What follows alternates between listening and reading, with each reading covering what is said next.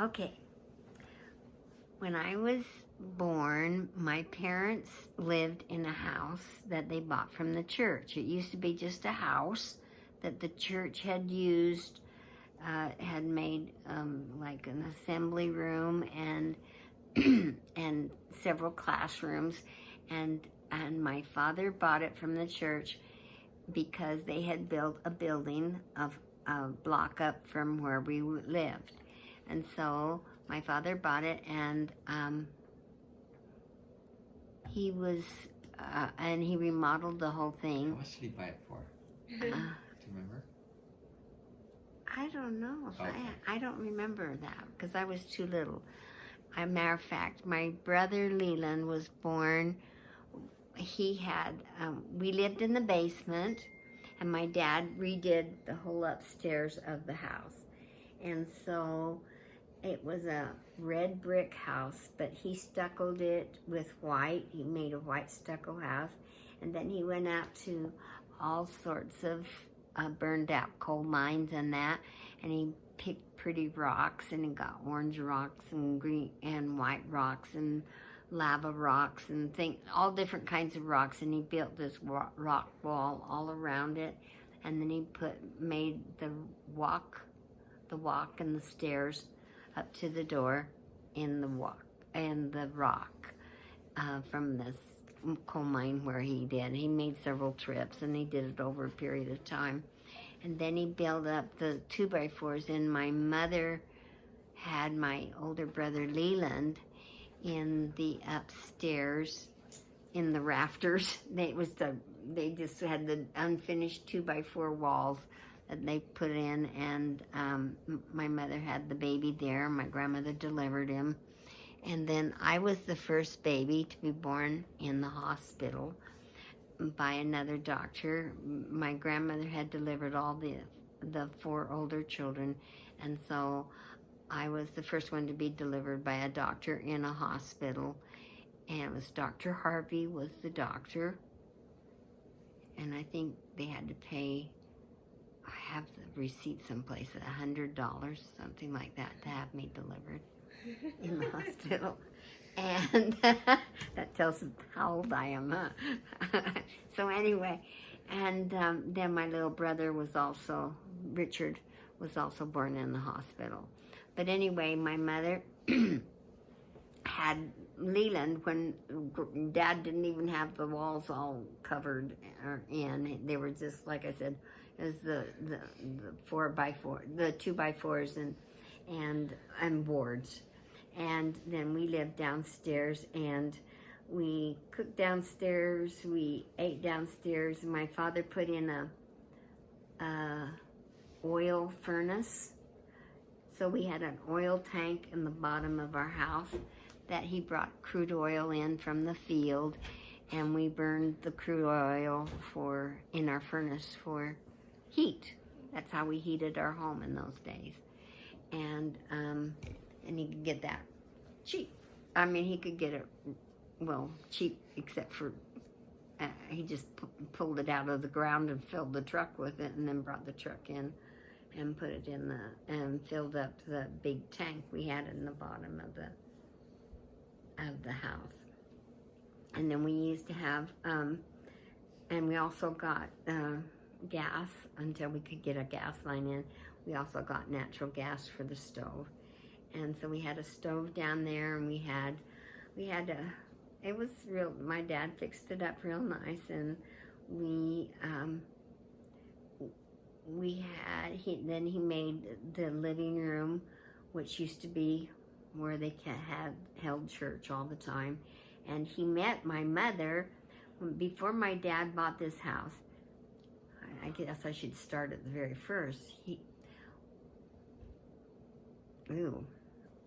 Maybe I should do this all different. No, keep going. Anyway, the house, the reason they bought this house was because this is where my mother and my dad met. Okay, my dad was a new convert to the church, and his brother had joined the church and came from Salt Lake up to work in Casper, and he had a business in Casper. And so my dad left Salt Lake, and he decided to come stay with my dad. My Uncle Bert was his name. And so Uncle Bert, there was only 5 members that had the priesthood at the time. And so they used to have priesthood meeting in my uncle's bachelor apartment because all the other guys were married, okay? So they met in my uncle's apartment and would have their priesthood meeting on Saturday night, and then Sunday morning they would have church. And so my father said that he wasn't a member when he first came from Salt Lake, and he said that he'd always, because he didn't go for that stuff very much, and he would always just clear out and do something and let them have their meeting, and then he would then he would come back. And that went on for a while, but then one day he said he just got to messing around, and everybody started coming, and he was talking and joking with the 5 guys, and they said, well, why don't you just stay for our meeting? It's only going to be an hour. And so he decided to stay for the priesthood meeting. And then he started to listen to the actual teachings of the church. And it was just a priesthood meeting, and he was talking about, and the lesson was on Stephen, when the stoning of Stephen, and where he saw Jesus Christ on the right-hand side of God. And that made him think, wow, Catholics believe that God the Father, God the Son, and the Holy Ghost are all 3 one. How can they be all 3 one if Stephen saw Jesus Christ on the right-hand side of God? And so he thought, that doesn't so. So he started studying. That's when he started studying the gospel. And he was baptized in just a short while. And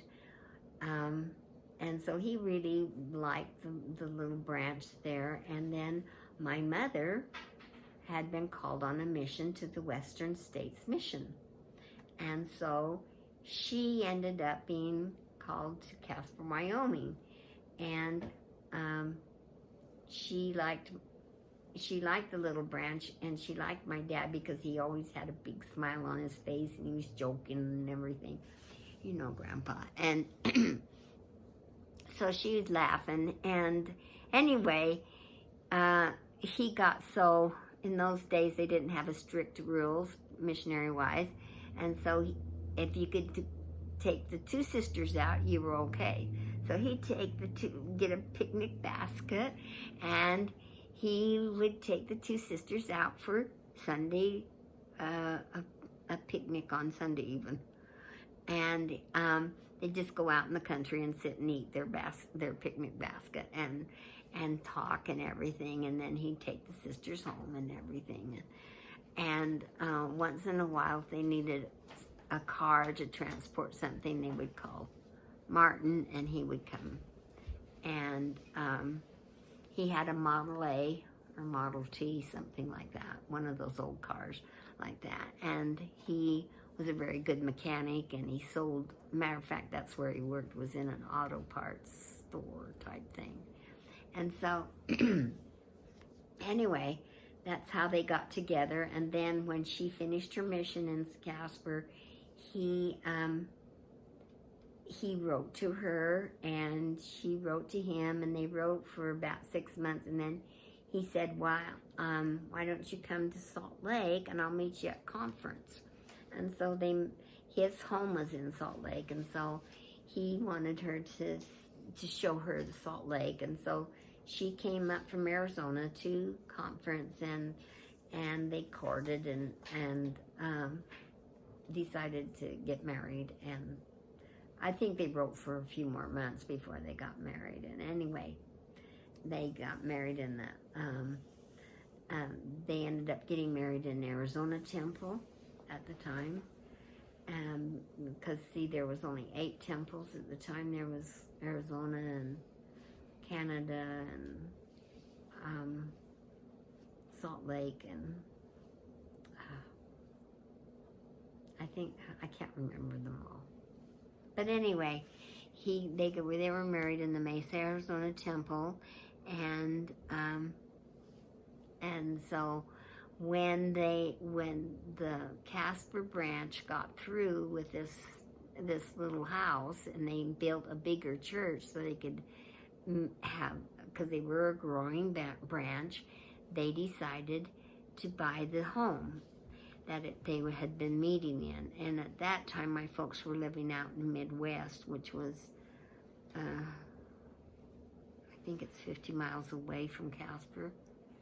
And so they were living in Midwest and coming in every Sunday for church. And then they thought, well, let's just buy this home.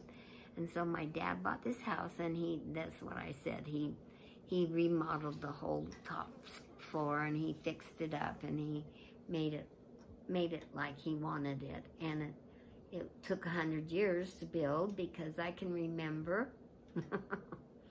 when I was growing up, our kitchen was made of, we had grapefruit crates, the big wooden crates that grapefruit come in, and melons and stuff, and we had those, and Grandpa put some linoleum on top of those crates. He lined them all up, put linoleum on top of the crates, and that was our kitchen counters for a long time, years.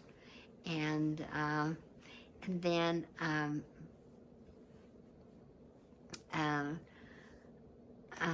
there was just, we didn't redo the kitchen until, and finish the house until Scott, when I was 15 and Scott was out of high school, and he and Dad worked on the kitchen and the house and finishing up the upstairs.